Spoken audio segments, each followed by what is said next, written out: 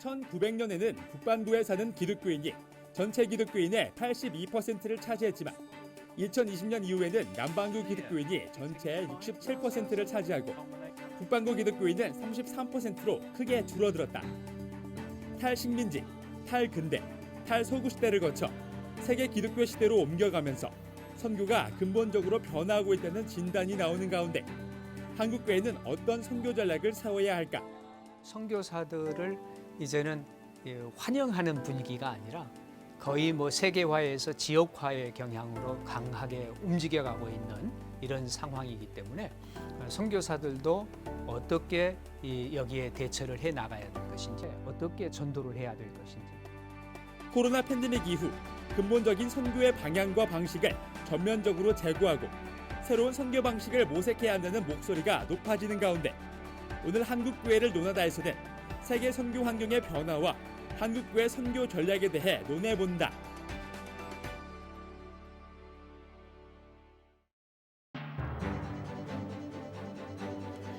안녕하십니까. 한국교회를 논하다 진행을 맡은 박찬호 교수입니다. 한국교회와 선교는 수십 년간 엄청난 속도로 성장했는데요. 코로나 팬데믹을 거치면서 새로운 국면에 접어들고 있습니다. 한국교회 침체는 선교에도 영향을 미치고 있는데요. 세계 선교의 흐름 역시 과거 서구권 중심에서 아시아, 아프리카로 그 중심이 이동하고 있습니다. 이렇게 급변하는 시대에 발맞춰 한국 선교도 본질적 변화를 모색해야 한다는 목소리가 높은데요. 오늘 한국교회를 논하다에서는 변화하는 세계 선교의 흐름을 짚어보고 한국교회 선교의 새로운 방향성과 실천 과제를 논의해 보고자 합니다. 함께 말씀 나누실 출연자들을 소개하겠습니다. 먼저 한국세계선교협의회 KWMA 사무총장이신 강대흥 선교사님 나오셨습니다. 네, 안녕하세요. 엔코이 프로그램 위원장을 맡고 계신 한철호 선교사님 나와주셨습니다. 예, 반갑습니다. 네, 안녕하세요. 네. 그리고 한인세계선교사회 KWMF 대표 회장이신 이은용 선교사님 나오셨습니다. 예, 안녕하세요. 반갑습니다. 예, 함께 자리해 주셔서 감사합니다. 우리나라 선교는 1991년 공식 선교사 파송 이후 30여 년간 엄청난 속도로 성장했습니다. 한때는 세계 선교사 파송 국가 순위 2위까지 했었는데요. 최근에 한국 선교 현황이 어떤지 궁금합니다. KWMA에서 잘 파악하고 계실 것 같은데 강대웅 선교사님께서 정리해 주시면서 이야기 열어가겠습니다. 우선 전 세계 선교사들의 숫자가 그 43만 8천 명쯤 되는데요. 과거에는 미국 다음에 한국이 많이 보냈다고 했지만은 최근 통계를 바라보면은 이제 브라질이 국내 선교사를 많이 보내서 미국이 1번, 브라질이 2번, 한국이 3번인데요. 선교사에 대한 통계가 조금씩 달랐던 것이 2020년까지 한국에는 선교사 통계를 내는 리서치 기관이 2개가 있었습니다. 그런데 2020년에 이 두 단체가 하나로 이렇게 만들어져서 이제 정확하게 한국 선교사들의 숫자를 잘 이렇게 리서치하고 있는데요. 결과는 현재 한국 교회는 외부에서는 3만 명, 4만 명 이렇게 얘기하고 있지만은 저희 한국 교회가 생각하고 있는 선교 단체에 속해 있고 선교사 케어를 받고 있는 이런 그 오피셜한 선교사는 현재 2021년 통계로 22,600명 정도 저희가 생각을 하고 있습니다. 그러면 40만 명 정도 되는데 한 5% 정도가 이제 저희 나라 선교사네요. 예, 한 7% 정도. 7% 정도까지. 네, 네.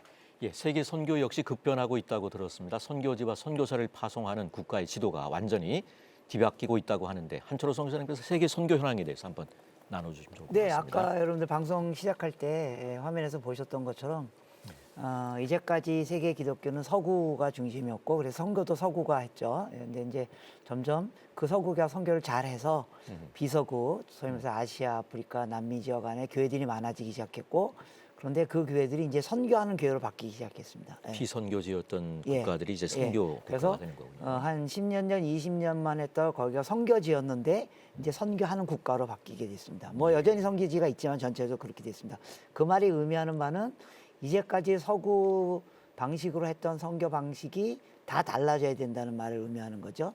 그래서 아시겠지만 코로나 지나면서 사회 가장 키워드가 뉴 노멀입니다. 새로운 표준. 노멀. 예. 예. 그러니까 선교도 새로운 표준으로 가야 됩니다. 그래서 지금까지 하던 일들을 다 다시 새롭게. 그래서 어떤 경영학자가 이렇게 얘기했죠. 경영이란 지금까지 하던 일을 체계적으로 폐기하는 것이다. 아, 경영에 대해서요. 예. 그러니까 지금까지 우리가 하던 선교 방법들 체계적으로 폐기하고 새로운 선교 방식으로 넘어가야 할 시대에 와 있습니다. 또 어떤 세상에서 이런 말 있지 않습니까? 변화되거나 유지되거나 변화하지 않으면 유지할 것이다. 이거 옛날 패러다임입니다. 요새는 예. 변화하지 않으면 죽는다. 아. 예. 그러니까 한국 선교가 지금 새로운 시대에 변화하지 않으면 표현이 좀 이상하지만 다 죽을 것이다. 이런 위기감과 그런 변화의 시기에 우리가 와 있다고 생각합니다. 네. 예. 특히 코로나 팬데믹을 거치며 변화의 가속도가 붙어 있다라고 얘기를 하는데 지금 케냐에서 사역하시는 이은영 선교사님께서 이 코로나 시기에 어려움을 겪으신 현장 선교사님들을 참 많이 보셨을 것 같은데 팬데믹을 거치면서 어떤 변화들이 있었는지 한번 나눠주시면 좋을 네, 것 같습니다. 코비드-19 이후에 전 세계의 모든 영역에 큰 그 어려움들이 있었죠. 저희가 일하고 있는 그 케냐, 아프리카만 해도 그 코로나로 인해서 많은 사람들이 또 실직하고 또 재정적인 어려움을 당해서 학교들이 저희들이 운영하는 학교도 거의 한 25% 정도 학생 수가 감소될 정도로 예. 그 정도로 큰 그 어려움들이 있었습니다. 뭐 저희가 운영하는 학교뿐만 아니라 보편적인 현상이 그렇고 그리고 이 코로나로 인한 그 영향력이 한 두 가지 측면에서 살펴볼 수 있는데 긍정적인 면도 있고 부정적인 면도 있다고 생각이 됩니다. 그 부정적인 면은 우리가 소위 말하는 코로나 블루, 코로나로 인해서 선교사들이 고립되고 뭐 소외감도 느끼고 그 선교사뿐만 아니라 모든 사람들이 그런 감정들을 느꼈죠. 그리고 선교사들도 야 이거 뭐 코로나로 인해서 성도 수도 줄고 교회들도 쇠퇴한다고 하는데 이거 우리 재정적으로 이게 어려운 일들을 당하지 않느냐 뭐 이런 그 우려들도 좀 하고 이런 것들이 사실입니다. 그리고 긍정적인 측면도 있다고 봅니다. 긍정적인 측면은 이 코로나로 인해서 뭐 사람들이 이렇게 죽어 나가니까 이 복음 전도에 대한 그런 긴박성, 그런 그 긴장감 이런 것들을 좀 갖고 선교사들이 다시 한번 이렇게 마음을 다짐하는 그런 기회가 되기도 했습니다. 저도 2020년도에 코로나에 아주 심하게 걸렸는데 그 기간 동안이 굉장히 그 미롤 기간이었습니다. 이게 다시 살아난다면 내가 뭘 할 것인가 예. 각오하는 시간도 됐고, 제 다짐의 시간이 됐네요. 네 그렇습니다. 예. 예. 그래서 코로나 이후에는 그 선교 전략이 그 아이 센터드 한 사람 중심의 선교가 지금까지 진행이 됐다면 그 위 센터드로 우리 한 사람 가도 또 다른 사람이 서포트할 수 있는 그런 방향으로 발전해야 되지 않는가 하는 그런 생각을 했습니다. 예. 그렇군요. 예. 선교 환경이 급변하면서 세계 선교의 흐름에 따라 선교 방식도 변화를 모색할 수밖에 없는 그런 시기인 것 같습니다. 세계 선교 흐름이 어떻게 바뀌고 있는지 이에 따라 어떤 새로운 전략이 필요한지 의견을 나눠주시면 좋겠습니다. 한철호 선교사님부터 한번 나눠주시죠. 네, 그 이제 선교와 세계화 이건 아주 굉장히 밀접한 단어잖아요. 그래서 우리가 세계로 가고 전 세계 복음을 전하고 그런데 이제 코로나 팬데믹이란 말은 그 세계화에 대한 부정이죠. 예. 그래서 크게 하고 막 하고 왔다 갔다 하고 그러다 코로나가 생겼기 때문에 이제는 지역이 더 중요하다. 예, 그런 흐름으로 나가게 됐습니다. 그래서 선교도 세계가 중요하지만 동시에 지역이 너무너무 중요하다. 그래서 이전에는 세계가 주도하고 지역이 반응하고 예, 그런 패러다임이었습니다. 근데 앞으로는 지역이 주도하고 세계가 반응하고 예, 그래서 선교사도 가는 선교사가 중요했지만 이제부터는 현장에 있는 그리스도인이 훨씬 더 중요하다는 겁니다. 왜냐하면 옛날에는 현장에 그리스도인이 하나도 없었기 때문에요. 근데 지금 현장에 그리스도인들이 있거든요. 그래서 그들이 중심이 되고 선교사가 뒤에서 서포트하는 그래서 선교 패러다임의 전후가 전혀 바뀌는 그런 시대에 들어가게 될 것입니다. 그래서 우리가 하는 선교의 모든 방법이 처음 선교사 훈련하는 거, 동원하는 거, 가서 사역하는 거 이게 전체적으로 다 바뀌어야 하는 그런 상황에 지금 와 있습니다. 네. 예. 이은영 선교사님께서 한번 나눠주시면 좋겠습니다. 네, 그 코로나 이후에 선교지에 굉장한 그런 그 변화가 있고 또 우리가 어떻게 해야 되는가에 대한 그 전략 이 굉장히 중요하죠. 한철호 선교사님 말씀하신 대로 그 현지인들 중심으로 그런 그 선교 전략이 꾸려져야 되지 않겠는가 하는 그런 생각을 했습니다. 그래서 우리 한국 선교사님들이 현지인들을 동력화하는데 최대한 그 초점을 맞추고 그리고 동반자 선교로 나가야 되지 않겠는가 그런 생각을 했습니다. 예, 강대영 성전님께서 한번 이 부분 나눠주시면 좋겠습니다. 비슷한 얘기인데요. 한국 교회는 이제 지교회 지교회 중심의 선교 전략을 많이 해왔고 또 개교회 당회원이나 선교위원들의 비전에 따라서 선교사를 파송하고 사역하는 일을 계속 해왔는데요. 아마 앞으로는 선교 현장의 필요성이 뭔가 하는 일이 더 대두돼야 된다 이렇게 생각을 합니다. 그래서 파송하는 교회 중심의 선교 전략이나 선교사가 가지고 있는 선교적 비전에 따라서 하는 사역보다는 선교 현장이 무엇을 요구하고 있는지에 대해서 더 초점을 맞춰야 된다 이렇게 생각을 하면서 동시에 예를 들면은 이제 교회 개척이라든가 이런 부분에 있어서도 한국 교회는 우리 교회가 파송한 선교사가 해외의 교회를 개척하면은 우리 교회의 해외 지교회다 하는 이런 개념들이 있을 수 있거든요. 그런데 이제 지금은 전 세계 어디를 가도 교회들이 다 있고 선교사는 갔다가 때가 되면 돌아와야 되는 건데 그 나라 언어나 그 나라 문화의 주인은 그 땅의 주인은 현지인이기 때문에 선교의 초점을 파송교회나 선교사 중심에 맞추는 게 아니고 현지 교회, 현지인에게 맞춰서 그동안에 했던 선교적인 생각과 전략들이 이게 전부 좀 바뀌어져야 되는 것이 아닌가.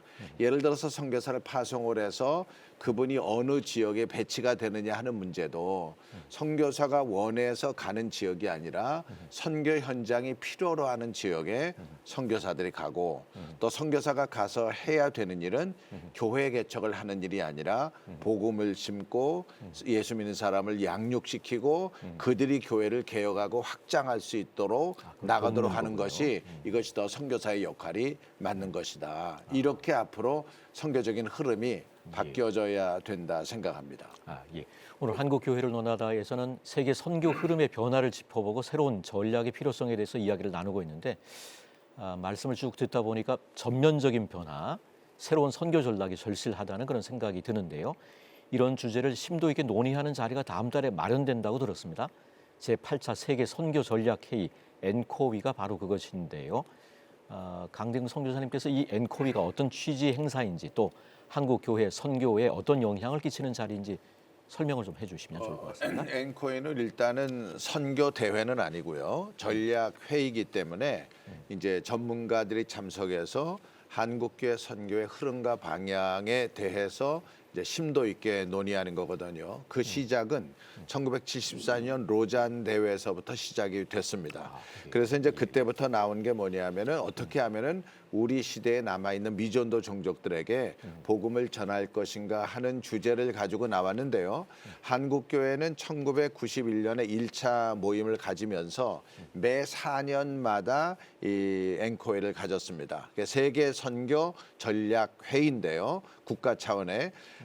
그런데 이제 그 당시마다 한국 교회에 선교적인 이슈가 있었습니다. 그래서 그 선교적인 이슈를 가지고 이제 대화를 나눠서 의제를 정했는데요. 예를 들어서 민족 복음화 문제, 그 다음에 그 미전도 종족 문제, 선교사 배치 문제, 그 다음에 프론티어 미시적 전방 개척 선교 문제 이렇게 쭉 나와가지고 했는데 오늘날 이 코로나를 지나면서 특별히 비서구에 예수 믿는 사람이 많아지고 서구에는 교회가 이제 교인들이 줄어들고 교회가 문을 닫고 선교사 후보가 나오지 않는 이런 상황에서 한국 교회는 비서구에 속해 있으면서도 경제력으로는 서구 쪽에 가까운 것인데 비서구 하면은 아시아, 아프리카, 남미잖아요. 그런데 이 비서구의 특징은 예수 믿는 사람은 많지만은 가난한 게 특징입니다. 한국이 그렇지 않은 거죠.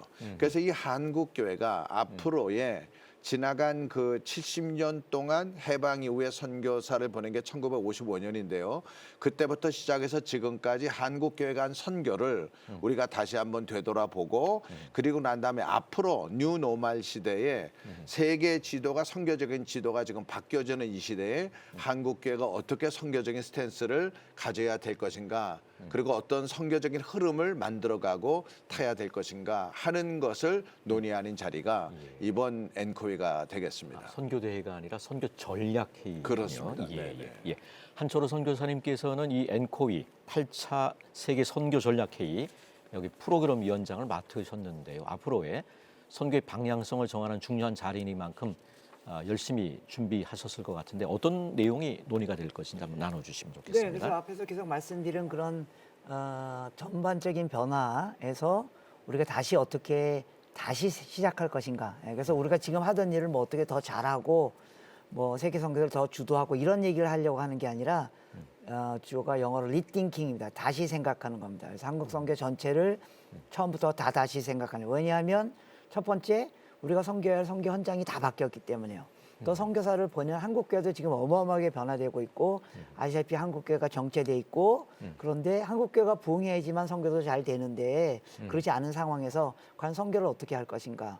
그래서 교회가 부흥해서 교회가 선교하는 일도 맞지만 동시에 선교를 통해서 교회가 만들어지는 거거든요. 선교해야지 교회가 만들어지는 거기 때문에 그래서 우리 선교회가 잘 할 때 한국교회도 새로운 변화가 일어나게 될 것이다. 이제 그런 의미에서 이제까지 했던 선교를 다시 뒤돌아보고 또 회개할 걸 있으면 회개하고. 그래서 키워드가 회개입니다. 회개, 뒤돌아보기, 그다음에 처음부터 다시 생각하기. 그래서 지금 하던 일을 잘하자는 게 아니고 처음부터 다시 시작하자. 그러기 위해서 우리가 처음 중요한 잡았던 주제는 선교와 거룩의 문제입니다. 예.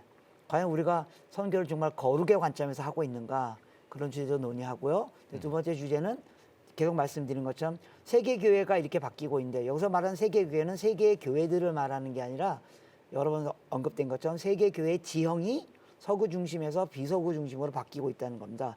그런 상황에서 이제까지 우리가 서구 중심의 선교 방법을 했던 모든 것들을 어떻게 바꿀 것인가. 그런 논의. 세 번째는 결국 선교는 복음이 없는 곳에 복음을 전하는 건데 과연 복음이 없는 곳에 복음을 전하기 위해서 우리는 어떻게 새로운 생각들을 해야 될 것인가. 또 선교의 영역이 단순히 멀리 가는 게 선교가 아니거든요. 선교는 다른 문화에 가는 거거든요. 그러니까 복음이 들어가지 않은 문화, 영역.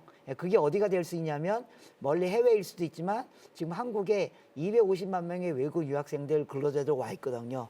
다 복음을 안 들은 곳에 와 있어요. 그들이 바로 우리 옆에 와 있어요. 그래서 그들에게 우리가 어떻게 다가갈 것인가. 또 최근에 생태 문제하고 이런 게 굉장히 중요한 이슈잖아요. 그래서 생태 마치 옛날에 의료 문제가 중요해서 의료를 도우러 가다가 의료 선교사란 말이 나오는 것처럼 지금 의료 선교사 너무 자연스러운 언어잖아요. 생태 선교사 이런 개념들이 전혀 도입되지 않고 있습니다. 그래서 생태 선교사. 그런 문제들을 어떻게 다룰 것인가.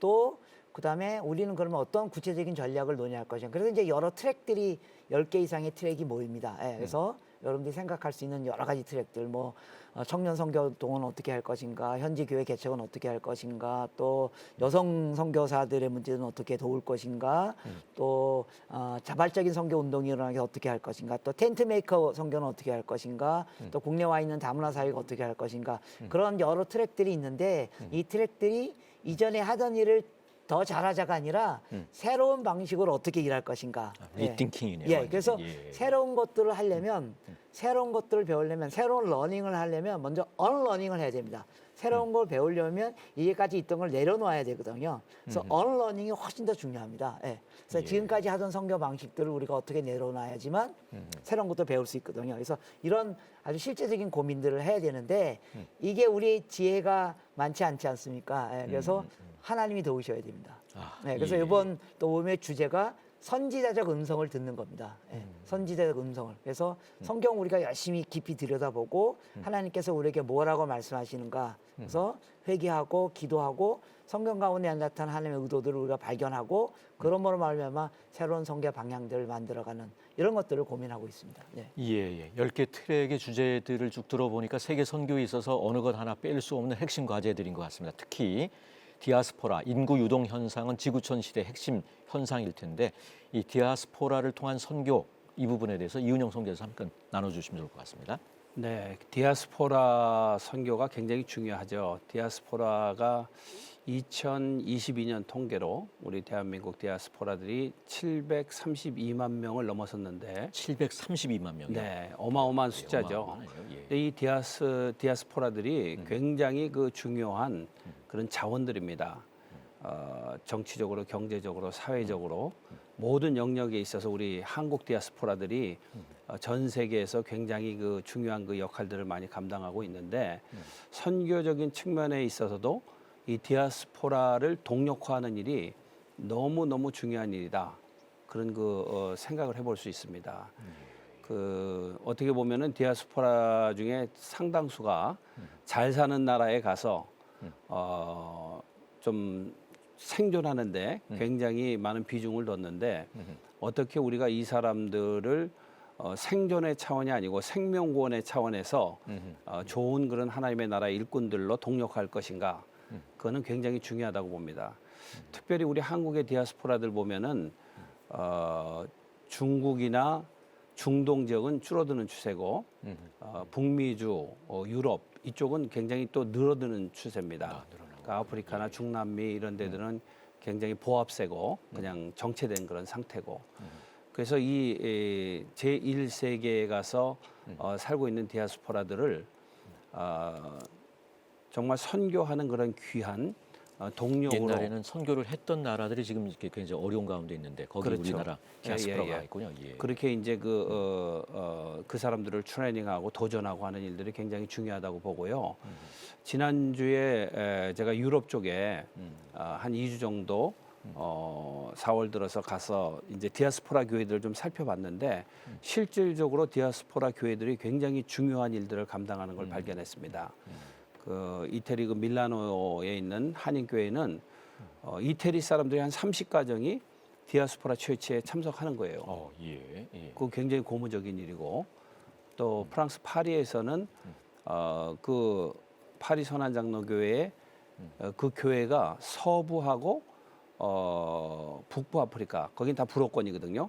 한국 예, 불어가 되는 한국 선교의 거의 불모지라고 보는데 그걸 이제 프랑스에 있는 불어권에 있는 사람들이 가서 선교하고 현지인들을 트레이닝하고 이것도 굉장히 그 유의미한 일이라고 제가 봤고 또 그 오스트레일리아 비엔나에 있는 그 교회는 자체적으로 자신들이 가지고 있는 그 재원과 맨파워가 있는데 동유럽 쪽과 그리고 아시아 쪽에 114명의 선교사를 파송하고 114명의 선교사를요. 한 교회가 그런 걸 제가 대단하네요. 보면서 야, 이 디아스포라 교회가 굉장히 포텐셜도 있고 중요하구나 그런 제가 생각을 했습니다. 근데 디아스포라 교회의 이 좀 장점을 보면 또 디아스포라의 교회 사람들의 장점을 보면 일단은 그 사람들이 현장에 깊이 결속돼 있는 사람들입니다. 우리가 가서 그 문화를 배우고 언어를 배우려면 굉장한 시간이 걸리는데 이 사람들은 이미 수십 년 동안 아니면 수년 동안 살면서 현지인들하고 반딩이 돼 있고 그다음에 또 이 사람들은 네트워크 시스템이 굉장히 갖춰져 있는 그런 사람들이죠. 그래서 이 디아스포라 사람들을 동력화해서 선교 사역을 해나가는 것은 미래 우리 한국 선교에 굉장히 중요한 그러한 그 교두보 역할을 하지 않겠는가 그런 생각을 해봤습니다. 예, 디아스포라를 통한 선교에 대해서 지금 나누고 있는데 강경 선교사님 한번 나눠주시죠. 우리 한국 디아스포라도 물론 750만 이상 있지만은 국내에 들어와 있는 이제 디아스포라가 한 250만 정도. 코로나 전에는 300만까지 올라갔거든요. 그래서 지금 해외 이주민들. 그러니까 해외 사람 외국 사람들이 국내에 들어간 들어와 거. 있는 사람이 지금 250만 명 250만, 되는데요. 예. 우리가 그 해외 이주민들을 보통 네 가지로 나누는데 일단 노동자들이 있고 유학생이 있고 그다음에 이제 결혼하신 분들이 있고 한국 사람이랑 그다음에 이제 난민들이 있거든요. 그 250만이 한국 전역에 흩어져 있는데요. 과거에 선교사를 우리가 파송을 하면은 불교권 국가나 이슬람권 국가나 힌두권 국가를 갔는데 코로나 때 어떤 일이 생겼는고 하니 그분들이 한국을 찾아온 거죠. 그런데 이제 한국이라는 나라가 기능이 작동되기 위해서는 일하는 사람이 많아야 되는데 이제 그런 분들이 와서 다 지금 일을 해주고 있지 않습니까? 전역에서. 그런데 우리가 그들을 위해서 사역하는 사람들이 많이 있어요.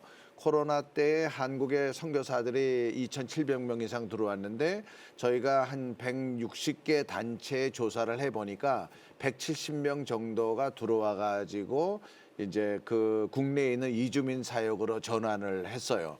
그래서 이들이 전체가 다 있는데 특별히 국내 이주민들을 위해서 하는 사역 단체가 크고 작은 거 다 합하게 되면은 교회까지 합하면 거의 한 1,000개 가까이 있어요. 근데 그 중에서도 한국 교회는 한국 전역에 있는데 이주민들이 한국 전역에 있기 때문에 지금 3만 개 이상이 되는 한국 교회가 목사님들이 여기에 관심을 갖고 국내에 들어와 있는 이주민들에게 복음을 전하려고 생각만 하게 되면은 우리 국내에 들어와 있는 교회가 전부 다 이주민 선교를 위한 선교센터가 될 수 있는 거거든요.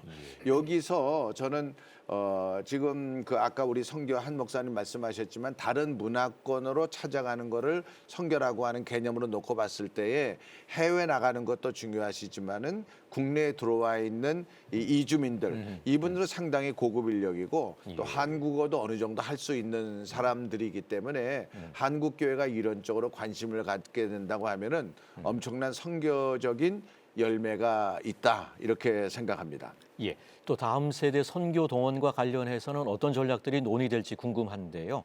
이 다음 세대가 선교의 주체가 되도록 하는 것은 한국 교회의 미래를 결정하는 일이기도 한데 이에 대해서도 한번 짚어주시면 좋을 것 같습니다. 한철호 선교사님 한번 네, 짚어주시죠. 제가 오랫동안 이제 선교한국 운동을 해서 젊은이들 선교 동력화하는 일을 했는데요. 이제 사실은 좀 막막합니다, 이 부분이. 왜냐하면 한국교회 자체가 지금 굉장히 축소되고 있고 더군이 젊은이들이 교회에서 빠져나가고 있고 그래서 이 젊은이들이 어떻게 다시 한번 복음안으로 들어오고 부흥을 경험하고 그 선교로 연결되어야 되는 부분이 있습니다. 그래서 어떻든 간에 일단은 교회가 젊은이들에게 관심을 가지셔야 됩니다. 교회가 지금 한국 교회가 그나마 유지되는 게 50대, 60대 분들 때문이잖아요. 그분들이 돈도 있고 영향력도 있고. 근데 10년, 20년 지나면 그분들 다 없어질 뿐이잖아요. 그러니까 10년, 20년 후에 한국 교회는 지금 한국 교회 중고등부 그 수준에 머물러 있을 거라는 겁니다. 잘 아시다시피 중고등부 없는 한국교회도 많고 주일학교 없는 한국교회도 많고요. 그래서 청년 선교를 선교에 동원하는 것이 되려면 한국교회가 청년들에게 투자해야 됩니다. 한국교회가 청년들에게 관심을 갖고 해야 됩니다. 그러기 위해서 기존의 교회들이 좀 기득권을 내려놓고 청년들에게 자리를 좀 내어주고 그들이 앞장설 수 있도록 도와주는 일이 청년들의 그러면 청년들은 자연적으로 선교에 관심을 갖습니다. 뭐 동원하지 않아도 그들이 부흥하고 늘어나면 당연히 부흥의 결과 선교에 관심을 갖게 되는 거기 때문에 그게 80년대, 90년대, 2000년 초까지 일어났던 선교한국 운동에서 일어났던 일들이거든요. 그래서 이런 일들에 교회가 관심을 가져주면 좋겠습니다. 네. 예, 10개 트랙 중에서 2가지 주제에 대해서 의견을 들어보았는데 그 외에 중요한 내용들이 있다면 뭐 한 가지씩 좀 말씀을 해 주시면 좋을 것 같습니다. 강진우 선교사님. 현지 교회와의 동역하는 트랙이 있어요. 그래서 선교사님들이 가서 이제 어떤 사역을 하시는데 그 사역이 현지 교회와 얼마나 관계를 갖느냐 하는 것이 중요한 거거든요. 그러니까 이 사역이 지금 파송교회 사역이냐, 선교사님 사역이냐, 아니면 이 사역이 현지 교회와 이렇게 인벌브되어 있는 그런 사역이냐 하는 이제 이런 게 중요한 건데요. 사실 중요한 건 뭐냐면은 예를 들어서 저는 태국에 오래 있었는데요. 태국의 선교사님들이 이제 1955년에 가가지고 지금 뭐 1,000가정 이상의 선교사들이 계십니다. 근데 이분들이 하는 사역들이 많잖아요. 그러니까 파송교회가 있고 선교사님들에게 재정을 보내고 거기서 뭐 교회도 개척하고 학교도 하고 많은 일들을 하고 있는데 현지 태국 사람들이 봤을 때에 한국 선교사들이 하는 사역이 현지 교회에 얼마나 영향력을 미치느냐 하는 것에 대한 좀 우리가 이해가 있어야 되는 거거든요. 그러니까 태국 사람들이 전혀 관심을 안 갖고 나는 그저 내가 맡겨진 일만 한다 하는 이러한 자세를 지금까지 가져왔다고 한다고 하면은 선교사는 언젠가는 거기를 떠날 수밖에 없는 거기 때문에 앞으로의 선교적인 방향은 선교사님들이 하는 모든 사역은 현지에 있는 교회와 연관되어 있는 사역을 하셔야지 현지에 있는 교회와 구분되는 사역을 하시는 거는 조금 많이 우리가 재고를 해봐야 된다. 그런 의미에서 선교사님들은 현지 교회와 연관을 맺기 위해서 노력을 많이 하셔야 되고요.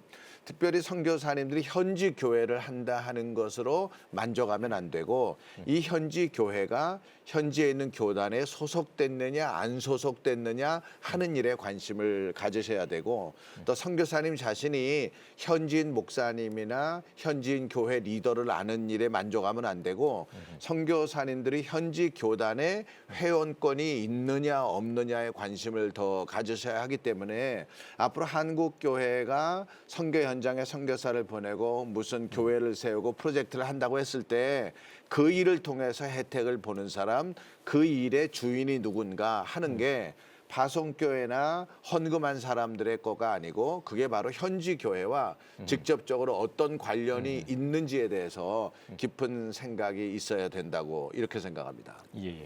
이은영 성사님께서 하나 나눠주시면 예, 좋을 저도 것 같습니다. 그 맥을 같이 해서 그 현지 교회와의 협력이 굉장히 그 중요한 예. 그런 그 일이라고 생각이 됩니다. 제가 1993년도 에티오피아라는 나라에 처음 가서 같이 이제 사역을 하게 됐는데요. 지난 30년 동안 이렇게 현지 교회하고 협력한 그 실예를 좀 들여보면은 그 교회 중에 깔레훗 생명의 말씀이란 뜻인데 그 한 1,000만 성도를 지금은 가지고 있습니다. 예. 처음에는 이제 좀 미미했지만은 그 교단하고 같이 이제 동역하면서 과연 한국 선교사가 줄 수 있는 거는 뭔가 그리고 그 사람들이 어떻게 세계 그 현지에 있는 선교에 교단인데 1,000만 정도가 되는. 1,000만 성도 되는 예, 어마어마하네요. 어떻게 예. 그 현지 교단들이 하나님의 선교에 동참해서 나갈 수 있을 것인가 뭐 이런 그 고민들을 하면서 우리가 가지고 있는 장점들이 있지 않습니까? 뭐 새벽기도 운동이라든지 산상기도 운동이라든지 이런 기도 운동이 한국 초대 교회사에 어마어마한 영향력을 미쳤는데 이런 것들을 좀 점맥해봤어요. 현지 교회하고 협력하는 차원에서 그래서 지금 많은 교회들이 새벽기도 운동을 하고 또 산상기도 운동도 남부 에티오피아만 한 11개 산에서 산상기도 운동이 시작이 됐는데 그 기도 운동을 통해서 많은 사람들이 또 헌신자들이 또 생겨나기도 하고 이런 일들을 보면서 야 이제는 한국 교회가 가지고 있는 그런 좋은 그런 경험들과 장점들을 현지인들과 공유하고 함께 나가야 되지 않겠는가 하는 그런 생각을 해봤고요. 그리고 우리가 또 가지고 있는 큰 장점 중에 하나가 선교사를 많이 파송했지 않습니까? 그래서 이 교단의 미션 디파트먼트를 만들었어요. 선교부를. 그 지금은 이제 그 한 30여 년 지나고 난 이후에는 이 사람들이 자체적으로 선교사들을 중국에도 보내고 방글라데시도 보내고 인도도 보내고 예. 이런 것들을 보면서 야 우리 한국 선교사들이 현지 교회하고 구체적으로 이런 협업을 해나갈 수 있지 않는가 하는 그런 실예들을 제가 봤고요.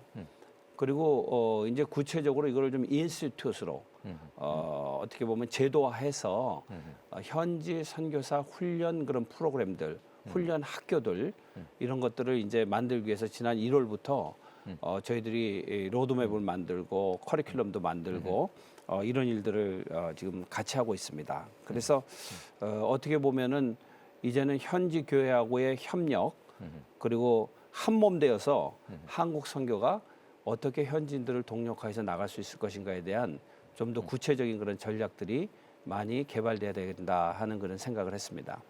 예, 뭐 한철호 선생님. 예. 저는 좀 이제 다른 측면을 얘기하고 싶은데요. 이게 논단이니까. 지금까지 한국 선교하면서 다 선교사 얘기만 하고 있습니다. 선교사가 어떻게 할 거고 선교단체 어떻게 만들고 그런데요. 선교는 선교사가 하는 게 아닙니다. 선교는 모든 그리스도인이 하는 겁니다. 예. 그러니까 제가 좀 극단적인 표현하면 선교를 선교사에게 맡기는 게 선교를 축소하는 길이라고 저는 생각합니다. 예. 예를 들면 어떤 교회가 있어요. 그 교회가 있는데 어느 교회가 부흥하는 교회일까요? 담임 목사님이 새벽 6시부터 밤 12시까지 열심히 전도하는 교회가 부흥할까요? 담임 목사님 그냥 왔다 갔다 하는데 성도들이 아침부터 저녁까지 직장이나 삶의 현장에서 가정에서 이웃집에 전도하고 어느 교회가 부흥할까요? 당연히 후자죠. 그래서 한국 교회가 정말 선교 잘하려면 선교사 더 많이 보내는 것보다 더 중요한 게 한국 그리스도인 모두가 선교인이 되도록 도와주는 겁니다. 예. 그래서 또 최근에 아시다시피 선교는 복음이 없는 곳에 가야 되잖아요. 근데 지금 복음 없는 것이 어디예요? 무슬림권, 힌두권. 무슬림권, 힌두권에 선교사 비자로 못 들어갑니다. 비자를 안 주기 때문에 선교사들이 갈 수 없습니다. 그래서 소위 말하는 성도들이, 비즈니스맨들이, 엔지니어들이 혹은 유학생들이 이민하는, 그래서 한국교회 교인 전체를 선교에 동력화하는 일을 어떻게 할 것인가, 거기에 포인트를 둬야 되는데 계속 선교사 이야기만 하고 있는 게 저는 약간 아쉬움이 있고요. 그래서 예를 들면 한국의 선교사가 지금 22,000명, 3,000명, 그래서 우리가 많이 보내서 10만 명 보낸다고 칩시다. 그게 선교 더 잘하는 걸까요? 한국의 1,000만 성도 모두가 선교할 수 있도록 도와주고, 말씀하신 것처럼 그들이 우리 옆에도 와 있잖아요. 그리고 그들이 전 세계로 흐트러지잖아요. 비즈니스맨 그래서 그들이 다 선교인이 되어져서 어느 곳에 가든지 선교적 삶을 살도록 도와주는 그런 운동이 일어날 때 한국 선교의 피크가 저는 앞으로 올 거라고 생각합니다. 그래서 그 지점을 향하여 우리가 가야 한다고 생각합니다. 지금 저 말씀을 받아가지고 제가 한마디를 덧붙이면은요. 저희는 이제 선교사를 많이 보내는 거는 선교사를 보내는 교회나 단체가 하겠지만은 한국에 있는 모든 기독교인들이 선교에 동참해야 된다고 하는 거를 어떻게 용어를 바꾸냐게 되면은 성도가 가지고 있는 은사나 재주나 기술이나 실력이 다 선교적으로 쓰임을 받도록 하자. 그래서 이걸 영어로 우리가 미션 마인디드 크리스찬이라고 그러고 한국말로는 운동하는 사람을 체육인, 음악하는 사람을 음악인, 예술인 하는 것처럼 아까 우리 한성 교사님 말씀하신 것처럼 이제 선교인 이런 사람을 한국교회가 많이 양육을 해서 결국은 선교는 성경에 보면 교회에 맡기신 건데 교회라고 하는 것이 우리가 사실 교회잖아요. 그러니까 성도가 선교사로 헌신돼서 나간다고 하는 얘기는 교회 한국교회 입장에서 봤을 때는 중요한 교인 하나가 이제 떠나간다는 그런 개념이기 때문에 이분이 고넬료와 같이 누구를 통해서 고넬료가 예수를 믿었는지는 모르지만은 자기 마을에서 계속 사람들을 돕고 기도하고 회당을 짓고 구제하고 이런 사역을 한 것처럼 성도들이 이 선교인이 돼서 선교를 마음에 품는 사람이 되어서 자기 주변에 필요한 곳에 자기 은사와 재주와 기술로 이렇게 섬겨야 되는 이런 운동을 지금 KWMA도 하고 있는데요.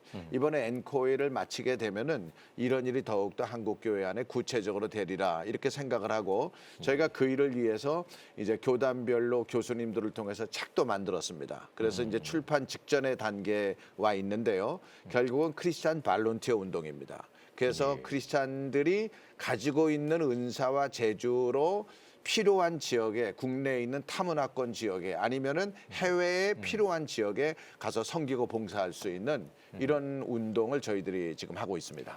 예, 세계 선교를 위한 한국 교회의 역할과 과제에 대한 이야기가 뭐 자연스럽게 좀 나온 것 같습니다. 예, 엔코이 이후에는 8월에 선교 한국 대회, 저도 90년대 여간에 참석을 했던 기억이 있습니다. 예, 5년 만에 이 선교 한국 대회가 열린다고 하는데요. 올해가 한국 교회의 선교 열정이 다시 뜨겁게 불붙는 그런 한 해가 되었으면 좋겠습니다.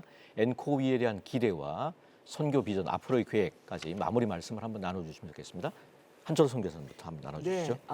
뭐 지금까지 얘기했던 그런 문제들 때문에 저는 엔코회가 새로운 시작의 출발이라고 생각합니다. 출발이 되어야 된다고 생각합니다. 이런 변화되는 상황 속에서 그럼 새로운 시작의 출발은 누가 하냐 하면 우리가 하는 게 아니고 성령님이 하시는 겁니다. 사도행전의 1장 8절에 성령이 너에게 임하시면 권능을 받고 예루살렘과 유대와 사마리아 땅까지로 복음이 전파될 것이죠. 그리고 성령이 그들에게 임했고 그래서 초대교회가 그를 했던 것처럼 저는 이번 앵코회를 통해서 성령님이 우리를 도와주시길 기대합니다. 하나님께서 찾아오셔서 우리를 다시 한번 새롭게 하시고 그래서 새로운 출발의 출발점이 되는 그런 일들이 됐으면 좋겠다는 소망과 기대를 갖고 있습니다. 네. 예, 이윤영 선교사님께서도. 예.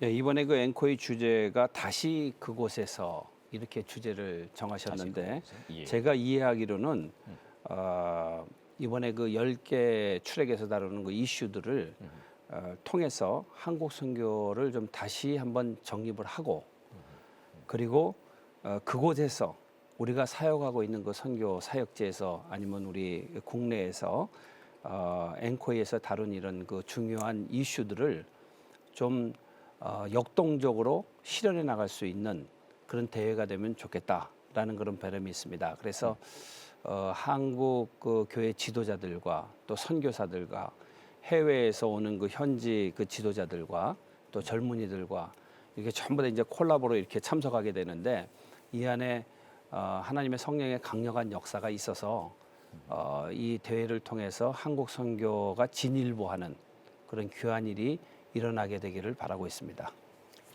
강대훈 선생님. 이번 엔코위 대회는 이제 아까 말씀드린 대로 이게 전략 회의인데 아무나 참석할 수 있는 건 아니거든요. 그래서 그분들이 신청을 하면은 저희들이 그 이제 심사위원회가 있어가지고 거기서 이제 살펴본 다음에 초청장을 보내가지고 등록한 사람만이 할 수가 있는 거예요. 그래서 주로 이제 한국 사회가 보수적이다 보니까 목사님들과 선교사님들이 모였는데 이번에는 이제 저희들이 600명 정도를 생각하는 가운데 선교사님이 30%, 지역교회 목사님이 30%, 또 신학교 교수가 10%, 다음 세대가 10%, 또 선교단체 리더가 10%, 여성이 10% 이렇게 다양한 목소리를 들으려고 저희가 애를 많이 쓰고 있습니다. 그래서 결국은 지금은 저희들이 하나님이 쓰임을 받고 있지만은 10년, 20년 지나면은 지금 이제 다음 세대들이 쓰임을 받고 있기 때문에 그 사람들이 사역하는 그 시기에는 그들의 생각이 통하게 되는 거거든요. 그래서 이제 그분들의 얘기를 많이 들으려고 애를 쓰고 있고 그분들도 지금 현재 하나님이 쓰심을 받는 리더십들이 지금 하는 것들을 많이 보고 자기들을 내고 다시 한번 이제 이렇게 바꾸어서 일을 할 수 있기를 이제 바라고 있는데요. 저희는 이번 엔코이를 통해서 크게 두 가지를 생각하는 게 아까 말씀드린 것처럼 교회마다 선교인들이 많이 일어났으면 좋겠다. 지금 뭐 계속 그 일을 하고 있지만은 그리고 두 번째는 한국 교회가 종전과 같은 선교를 계속해야 되겠느냐? 그렇지 않으면은 앞으로 이 비서구에서 나오는 선교사들은 가난한 나라에서 나온 사람들이기 때문에 이 사람들이 한국 선교사나 서구 선교사가 하는 것만큼 선교비를 쓰면서 사역할 수가 없거든요. 그래서 이 한국 교회가 지금부터 우리가 동역하기 위해서는 우리의 선교적인 자세를 바꿔야 된다 하는 일이 이번 엔코이를 통해서 한국 교회 안에 시작되기를 바랍니다. 예. 한국 교회를 원하다 오늘은 변화하는 세계 선교 흐름을 알아보았습니다. 엔코이에서 한국 선교의 새로운 방향과 전략이 논의되고 이를 통해 한국 교회에도 새로운 변화가 일어나게 되길 기대하면서 오늘 순서 여기서 마칩니다. 함께해 주신 여러분 고맙습니다.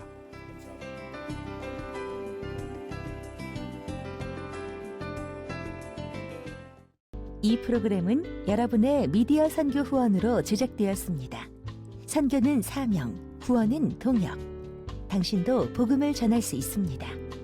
선교 후원 02-6333-1003번